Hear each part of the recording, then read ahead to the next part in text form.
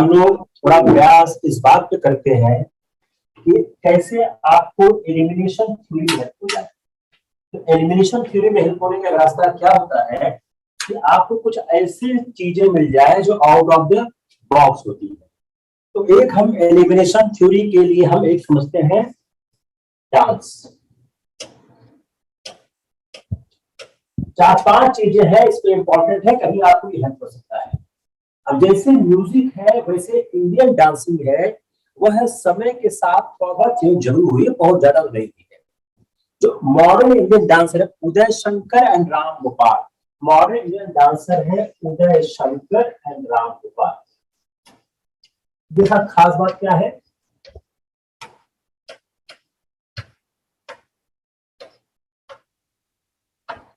सबसे खास बात क्या है उदय शंकर राम गोपाल। इंपॉर्टेंट बात इनके साथ ये है कि ये दोनों जो डांसर हैं स्टिल डांस करते हैं भरतनाट्य शास्त्र के रूल के हिसाब से। भरत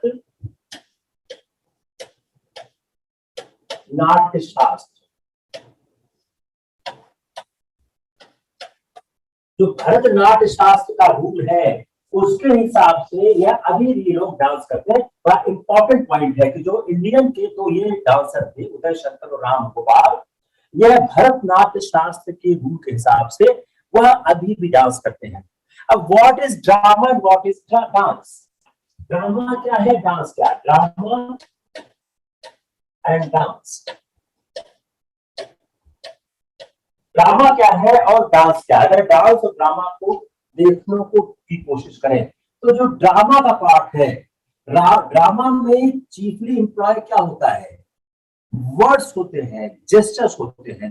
डांस में क्या है? Music and gesture. अब अगर ड्रामा में क्या है? ड्रामा में है वर्ड,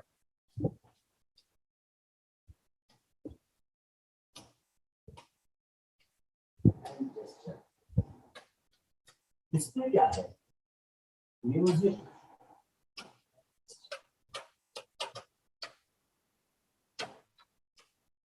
डांस और ड्रामा में जो बेसिक डिफरेंस हम देखते हैं, ड्रामा में वर्ड है और जेस्चर है, और म्यूजिक में क्या है? म्यूजिक में सॉरी डांस में क्या है? म्यूजिक है और जेस्चर है।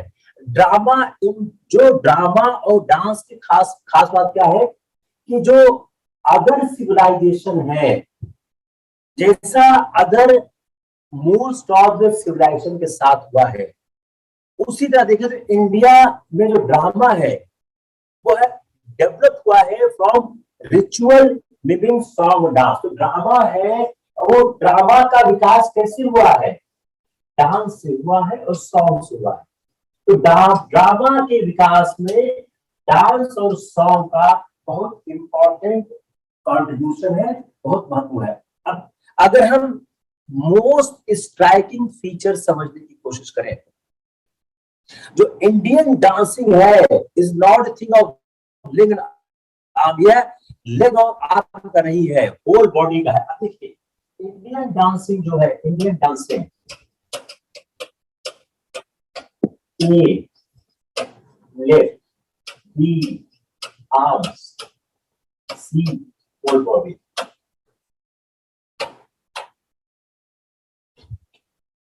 इंडियन डांसिंग जो है वो सिर्फ लेग्स या आर्म से नहीं होता है, इसमें पूरी की पूरी शरीर शामिल होती है। जो पोज होता है, जो जेस्चर होता है, उसको क्लास इसका जो इंडियन डांसिंग का जो पोज है और जेस्चर है, ये कहाँ ये डिफाइन हुआ है? ये डिफाइन हुआ है नाट्य शास्त्र में। जो भरत मुनि का नाट्य शास्त्र है, इसमें पोज और जेस्चर इसको पूरी तरह से डिफाइन किया गया। इसमें कितने पोज है? 33। देखिए इसमें पोजेस कितने, अब आप इसको याद करिए, उसमें कितने कितने पोजेस हैं। जो भरत मुनि का नाट्य शास्त्र है जो डिसाइड करता है डिटेल में, उसमें क्या mention? 13 posture of head, 13 posture of head. यह आपको इंडिपेंडेंट शायद नहीं आएगा, लेकिन आपको एलिमिनेशन थ्योरी में हेल्प कर जाएगा। 13 पोस्चर ऑफ हेड, 36 आइज, सी तीसरा, हेड हो गया, आई हो गया। तीसरा line of neck,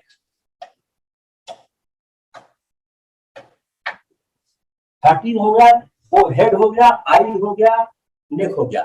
37 of head,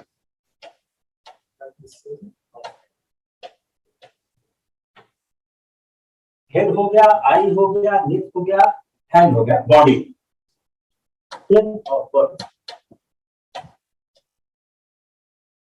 इसको आप ब्लड डालिएगा, कहीं कहीं काम आ जाएगा ये। तो जो मोस्ट स्ट्राइकिंग फीचर है इंडियन डांसिंग का, वह सिर्फ लेग और आर्म्स का नहीं है, उसमें पूरी बॉडी काम करती है। और अगर हम उसको देखें तो इंडियन जो डांसिंग स्टाइल जो जेस्चर मुद्रा है, मुद्रा सबसे इंपॉर्टेंट है।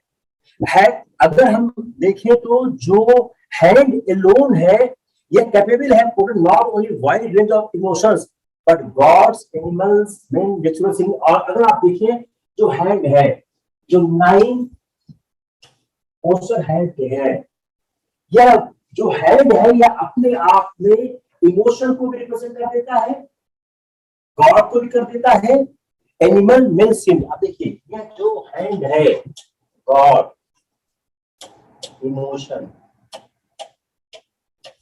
एनिमल,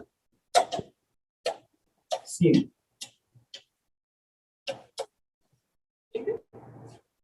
इन सारी की सारी चीजों को वह पूरी तरह से प्रदर्शित कर देता है। जो इंडियन डांसिंग स्टाइल है, वह स्टाइल अपने आप में एक यूनिक स्टाइल के रूप में हम लोग प्राप्त करते हैं। यह हो गया आपका इंडियन डांस। अब आते हैं, हम थोड़ा सा देख लेते हैं इंडियन जो कहते हैं जो लिटरेचर का पार्ट है। लिटरेचर है शूद्रक, शूद्रक, जो शूद्रक थे, जो शूद्रक है, जो कालिदास के आसपास कंटेंट बोलते हैं, उनका क्या है, मृग कच्छिट, क्या नाम उसका, मृग कच्छिटा, क्या नाम ये, विशाख दत्त,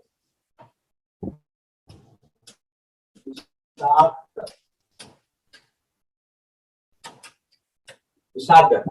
शूद्रक कालिदास के आसपास थे। विशाख दत्त का टाइम क्या था, विशाख दत्त का टाइम मानते हैं 6th सेंचुरी।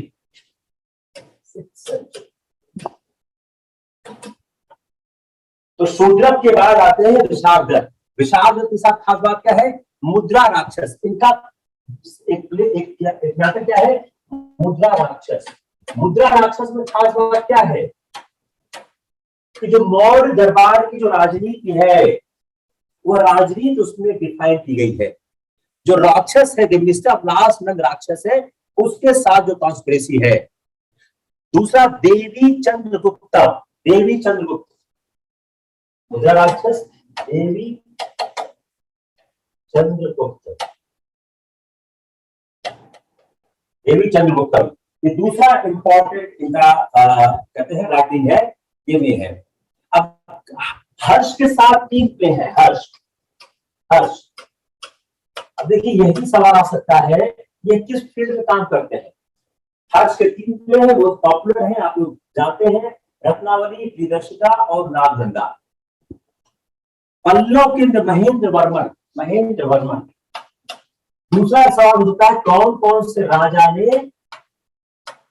नाटक लिखे। मत विलास प्रहसन, नाम सुना होगा, मत विलास प्रहसन। ये कौन सा थे, ये पल्लव राजा थे। तो एक ये भी हो, एक क्वेश्चन ये भी हो गया कि महेंद्र वर्मन जिसने मत विलास प्रहसन लिखा, वह किस काल आया था।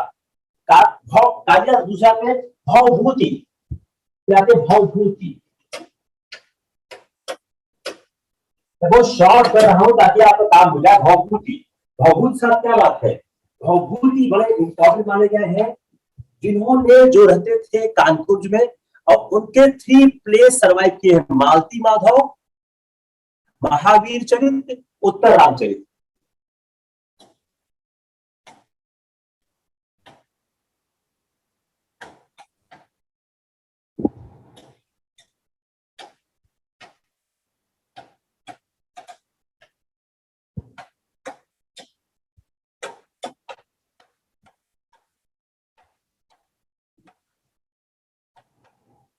ये कौन है? Bhavabhuti.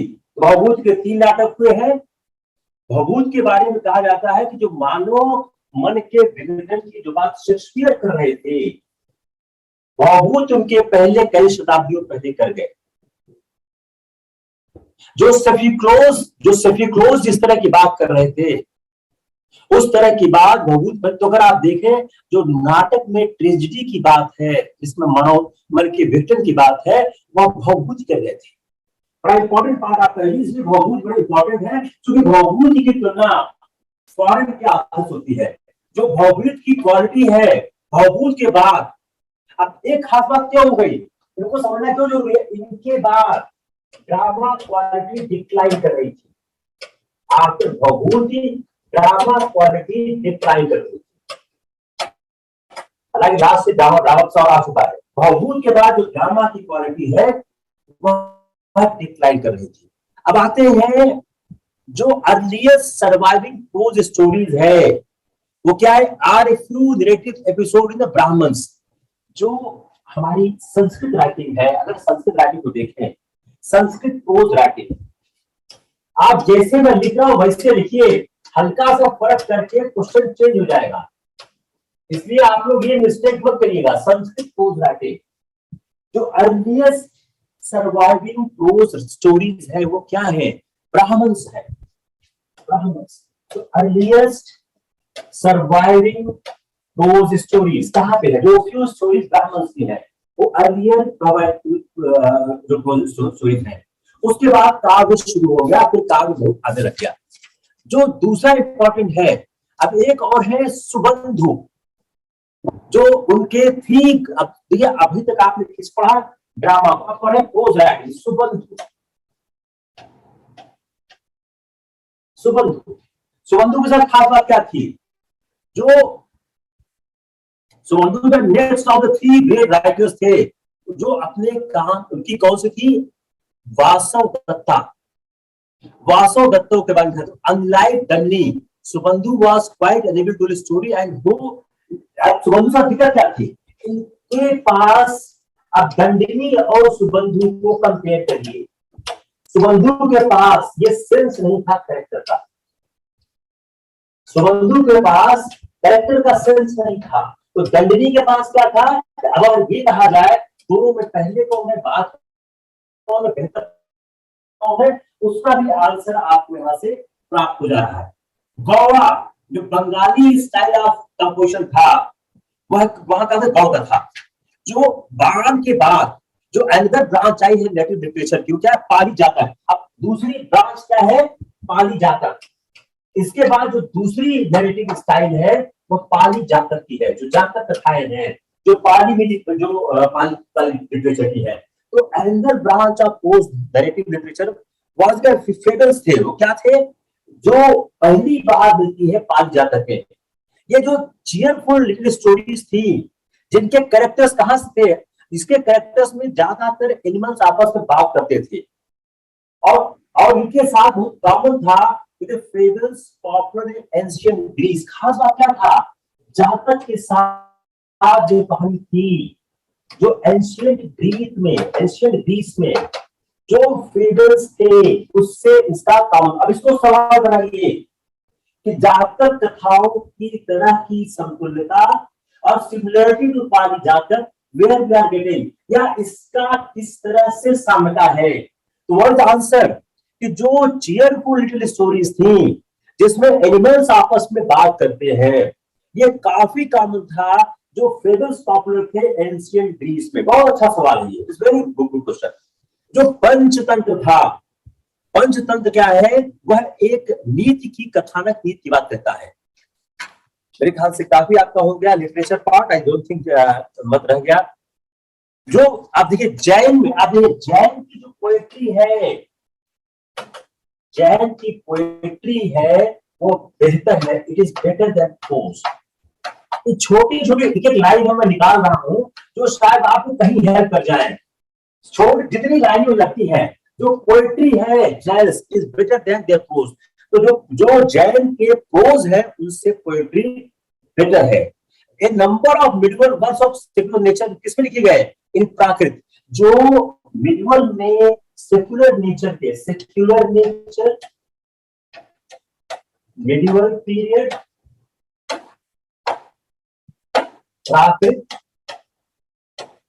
Secular.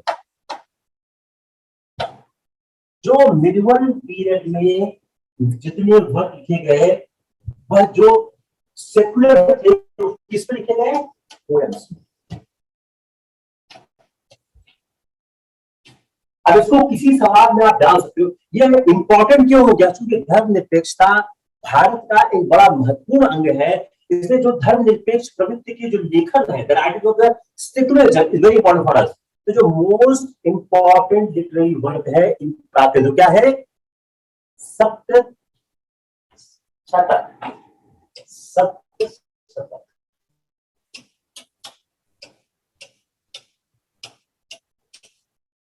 Most important literary work in Prakrit is the 700 सप्तशतक।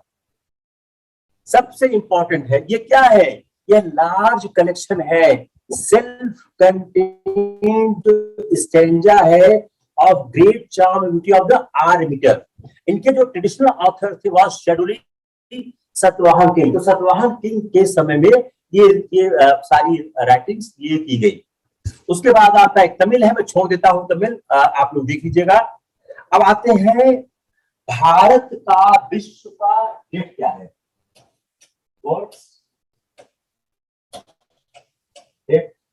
India's debt to God, India's debt to God.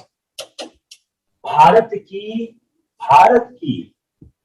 की विश्व को क्या सांस्कृतिक देन है। इसे दो ही 3 पॉइंट आप हम देख कोशिश करते हैं। इंडिया ने जो वर्ल्ड में काफी ब्लेसिंग की, एज वेल एज जो special gift Asia, India has conferred many practical blessing on the world at large. Rice, cotton, sugar cane, many spices, domestic food, game of chess, यह जो चीजें हैं वह भारत ने विश्व को देने की कोशिश की है। तो इंडिया का जो विश्व को प्रभाव है, जो हेरिटेज है, उसमें महत्वपूर्ण चीजों में क्या है, अगर हम देखें जो होल साउथ ईस्ट एशिया है उसने बहुत से कल्चरल कंट्रीब्यूशन इंडिया से प्राप्त किए हैं।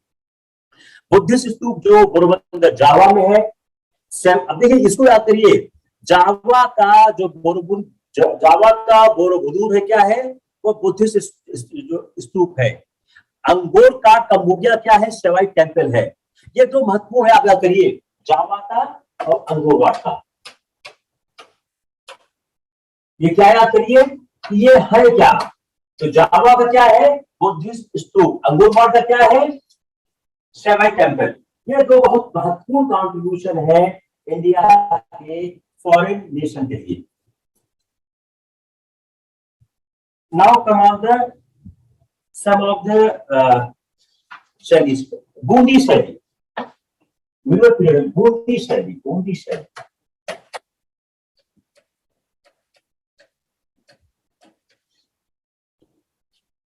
जो बूंदी शैली है यह 17वीं सेंचुरी की शैली है। यह भारतीय चित्रकला के इतिहास में सर्वोत्तम शैलियों से एक। इसमें खास बात क्या है, इसकी जो रंग व्यवस्था है, रंग व्यवस्था समृद्ध और चटकीली है।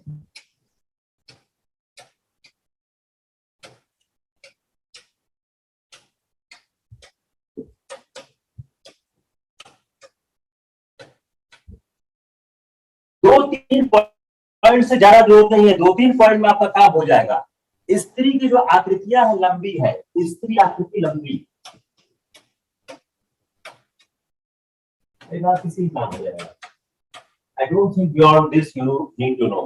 बूंदी शैली में यह दो महत्वपूर्ण चीज है।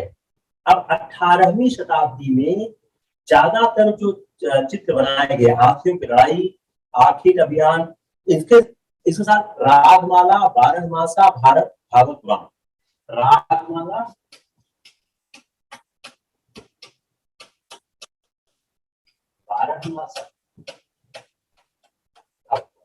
बस इतने से काम हो जाएगा।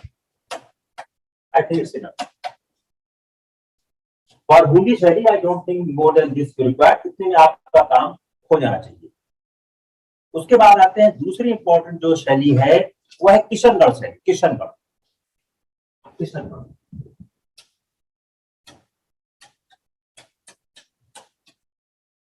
इसका नाम आप सबने सुना होगा, हम लोग पहले बात किया हुआ है इसके बारे में, किशनगढ़ शैली के बारे में। खास बात क्या है किशनगढ़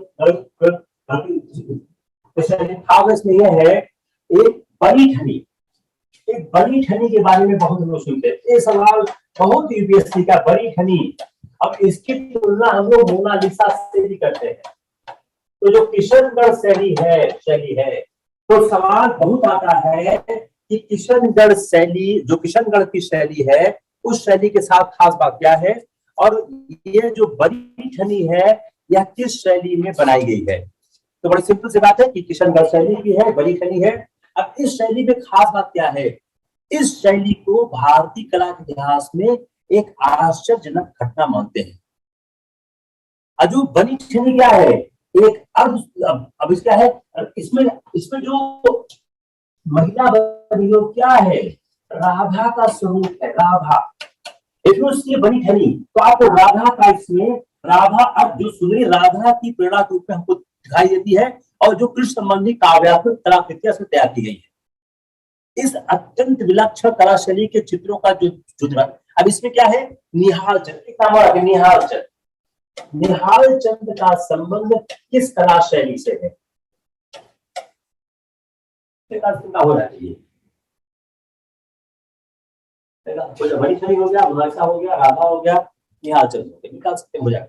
कांगड़ा शैली, कांगड़ा शैली, तो वही शैली आपको दिख रहा हूं जिसमें लगता है कि सवाल बनते हैं। कांगड़ा शैली,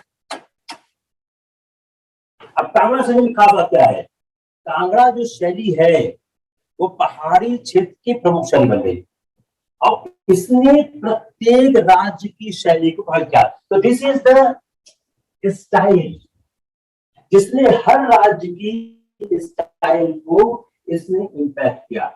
और कांगड़ा शैली का जो मानक रूप जो विकास है, संसार चंद, ये संसार चंद के आरंभिक काल हुआ, संसार चंद। तो संसार चंद के आरंभिक काल में इस कांगड़ा शैली का विकास हुआ। इस कांगड़ा शैली का खास क्या है, स्त्रियों की नाक और माथा, जो स्त्रियों की नोज है और फोरहेड, ये पैरेलल दिखाया गया है। स्त्रियों की नोज है और फोरहेड, इसको दोनों पैरेलल दिखाया गया है। अब कांगड़ा शैली के प्रमुख चित्रों में भागवत पुराण है, गीत गोविंद, भागवत पुराण और गीत गोविंद।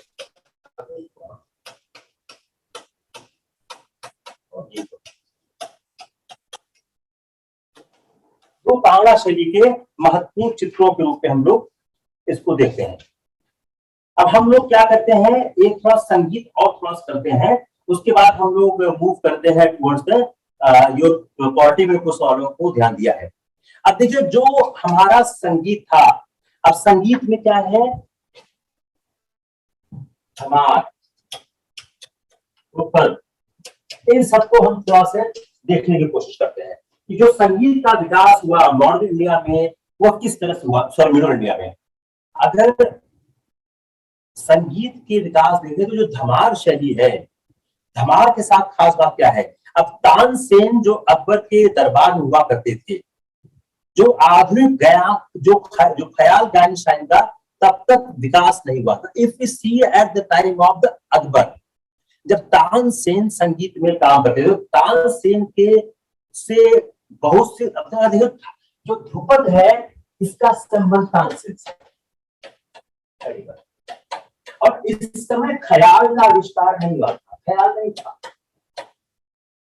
तो अगर यह सवाल आता है कि तानसेन का संबंध किससे किससे था, ध्रुपद, धमार, ख्याल, तो चूंकि ख्याल और धमार बात की घटना है, इसलिए आप ये कह सकते हो कि तानसेन का ख्याल और धमार संबंध नहीं था, तानसेन का संबंध ध्रुपद से था। अब ध्रुपद गायन शैली थी, ध्रुपद गायन शैली के साथ वीणा वादन का, अब इस ध्रुपद के साथ वीणा का इस्तेमाल बहुत हुआ। जो ध्रुपद गायन शैली थी इससे वीणा का इस्तेमाल बहुत हुआ, और इसीलिए ध्रुपद जो गायक थे विभिन्न रागों में जो नए नए राग बनाते थे, उसमें क्या थे, ब्रिज भाषा, अक्सर भाषा, ब्रिज भाषा, अब ध्रुपद गायन शैली के साथ भाषा कौन सी यूज की गई थी? ब्रज भाषा का इस्तेमाल किया गया था, जो अधिकतर ब्रज भाषा में लिखे गए। अब ब्रज भाषा में क्यों लिखा है? वाई ब्रज भाषा? क्योंकि ज्यादातर कारीगर, ज्यादातर मैक्सिमम किसके थे? ब्रज क्षेत्र के थे। अब ये इसी फैक्ट से अब आप सॉल्व, अब इसी से आप सॉल्व बनाइए। इन सारे फैक्ट देखिए, पहली बात क्या है? धमार, ध्रुपद और ख्याल, तानसेन का संबंध किससे है? दूसरा, इस ध्रुपद के साथ किस यंत्र का ज्यादा यूज किया गया? वीणा। उसमें कौन सी भाषा का इस्तेमाल हुआ? ब्रज भाषा। ब्रज भाषा का इस्तेमाल क्यों हुआ? ज्यादातर ब्रज भाषा क्षेत्र से आते थे। Got it? एक ही सवाल है, उस सवाल में डिफरेंट फैक्ट्स का एसिमिलेशन है। Unless until you have the control of these facts, सवाल सही नहीं हो सकता है। ये जो यूपीएससी की स्टाइल है उसमें सही नहीं हो सकता है ये। अब तानसेन के अलावा ध्रुपद गायक कौन कौन थे? बैज, दक्ष, गोपाल, हरिदास, सूरदास, रामदास। इतने में आपका काम देना चाहिए। अब ध्रुपद के समकक्ष के दूसरी शैली थी धमार। अब ध्रुपद बात है धमार। धमार क्या थी? ध्रुपद बात है धमार। धमार क्या थी? धमार को शब्द से देखिए तो यह क्या है? लोक जीवन की थी। यह क्या थी? लोक जीवन। धमार शैली जो थी वह लोक जीवन की थी, पब्लिक लाइफ की, लाइफ की शैली थी। और इसमें खास बात क्या भी थी? जो ब्रिज की होली है, ब्रिज की होली, इसका इसमें वर्णन होता था। तो धमार के साथ लोक जीवन था और ब्रिज की होली होती थी।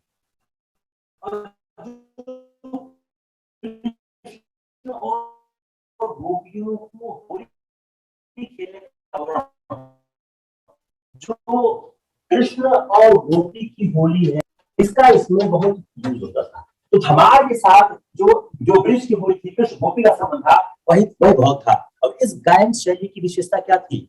इसमें जो यूज वाले ताल का नाम भी धमार था। अब इसके साथ जो ताल यूज होता था, ताल, उसको भी हम धमार कहते थे। ताल को भी हम धमार ही कहते थे। तो जो ताल यूज होता था उसको धमार कहते थे। इसमें कितनी मात्राएं थी? इसमें 14 मात्राएं होती थी। इसमें 14 मात्राएं हुआ करती थी। 16वीं शताब्दी में शुजात खान से बाज बहादुर एक कुशल संगीतक हुए और इनको बाज बहादुर को अकबर ने, एक सवाल ये भी हो गया प्रिय का, बाज बहादुर को अकबर ने 2000 का मनसब दिया। तो आपका सवाल क्या हो गया? कौन सा ऐसा अकबर का मनसबदार था जो संगीतक था, उन्होंने 2000 का मनसब दिया?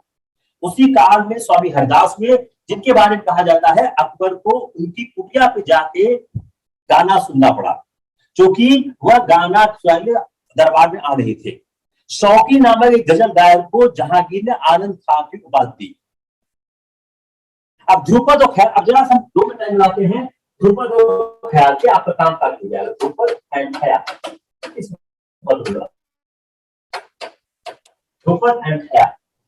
ख्याल में 4 अंगों की अपेक्षा 2 प्रमुख अंगों से काम चलाते हैं।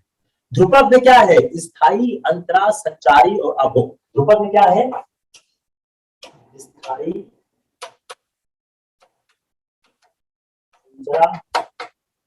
ध्रुपद स्थायी, अंतरा, संचारी, अभोग।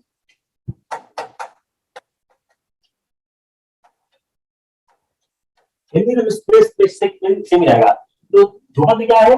स्थायी, अंतरा, संचारी, अभोग 4 अंग होते हैं। ख्याल शैली में स्थायी और अंतरा ही प्रमुख है। इसमें क्या है? स्थायी और अंतरा। इसमें क्या है? स्थायी और अंतरा। एक पद आ गया, हो जाएगा, आपको कहां ले चले। तो अगर ध्रुपद और ख्याल में हम फर्क समझने की कोशिश करें तो ख्याल में 4 अंग होते हैं। इन 4 अंगों की तुलना में, सॉरी, ध्रुपद में 4 अंग होते हैं, ख्याल में इसकी तुलना में 2 ही अंगों से काम हो जाता है। ये हो गया। तो ख्याल गायन शैली में स्थायी और अंतरा ही सुनने मिलते हैं। इसमें तैयारी के साथ तानों का प्रयोग होता है। ध्रुपद में तानों का प्रयोग वर्जित है। ध्रुपद में तानों का प्रयोग वर्जित है। ध्यान सुनिएगा, और मैं इसको एकदम कंसाइज कर रहा हूं, क्या आपको काम हो जाए। ध्रुपद में तानों का प्रयोग वर्जित है, इसमें तैयारी के साथ तानों का प्रयोग होता है, इसमें तानों का प्रयोग होता है। बस इतने ही लिख लिया, इसका हो जाएगा। ध्रुपद और ख्याल पर कोई टेक्निकल सवाल आएगा, आप 100% कर ले जाओगे।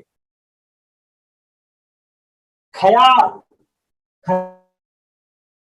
ख्याल क्या है? यह नारी कंठ के अनुकूल है, नारी कंठ के अनुकूल है। It is more suited to the ladies voice. ख्याल की सब का क्या है? ख्याल नारी कंठ के अनुरूप है, इस कारण इसके प्रचार में अधिक सहायता मिली। अब मुख्य अंतर यह है कि जो मुर्की का प्रयोग, मुर्की का प्रयोग, अब मुर्की का प्रयोग आप लोग सुनते हो, मुर्की, मुर्की बहुत सुनते हो आप लोग। मुर्गी का प्रयोग केवल ख्याल होता है, ध्रुपद में मुर्गी का प्रयोग नहीं होता है, मुर्गी का प्रयोग केवल ख्याल में होता है। इसलिए ख्याल गायकी के पास जो एक वैरायटी है वो आपको देखने को मिलती है। अब दूसरा क्या है? अब इसी में ख्याल के दो पार्ट है, बड़ा ख्याल, छोटा ख्याल, बड़ा ख्याल, छोटा ख्याल। अब थोड़ा सा मैं आगे से बढ़ रहा हूं, हालांकि सोच सकता हूं कि यार यही पूछे सवाल गलत न हो जाए, इतनी मेहनत बात। बड़े ख्याल की लय धीमी, बड़े ख्याल की लय क्या होती है? धीमी लय, बड़े ख्याल की धीमी लय। बड़े ख्याल की लय क्या होती है? धीमी होती है। अगर इसकी धीमी होती है तो छोटा ख्याल उसका उल्टा हो गया, मध्यम व तीव्र होती है। इसकी क्या होती है? मध्यम या तीव्र होती है।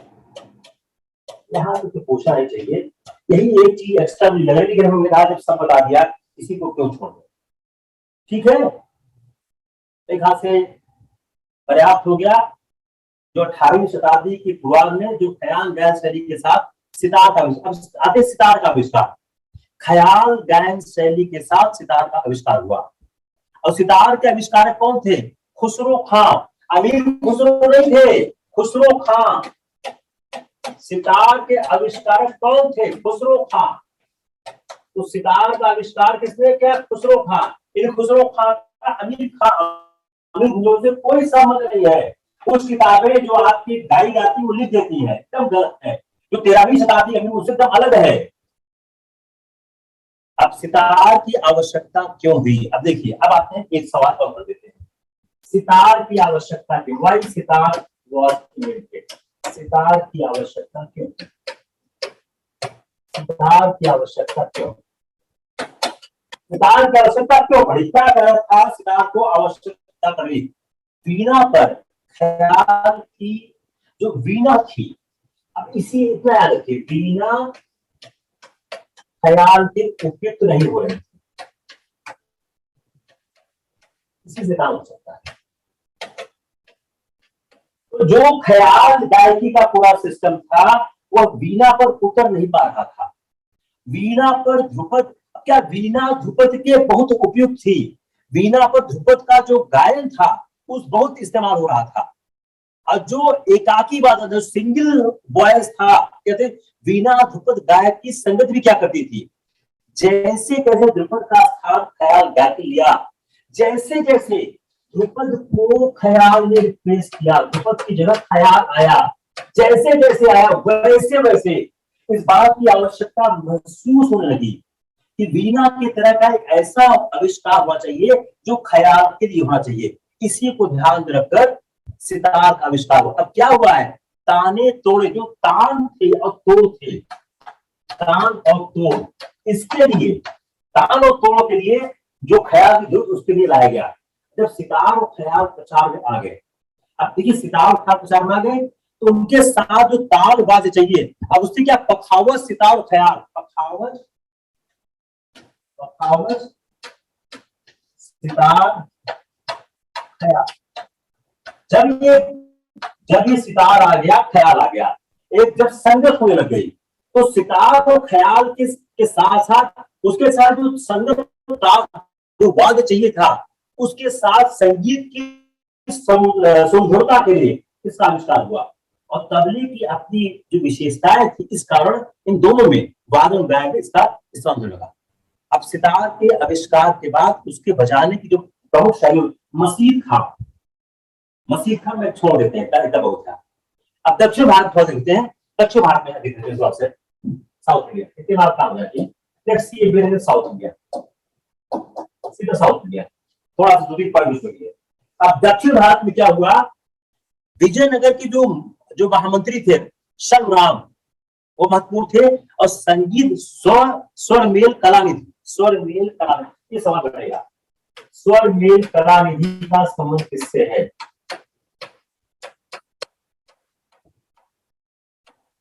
स्वर मेल कलानिधि का संबंध किससे है? इसका संबंध संगीत से है। विजयनगर के शासक सदाशिवराय के जो मंत्री थे शलराम, इनका नाम उल्लेखनीय है वहां के विकास में, और इन्होंने संगीत ग्रंथ स्वर मेल कलानिधि की रचना की। मेरे ख्याल से आपका संगीत का थोड़ा सा काम हो गया।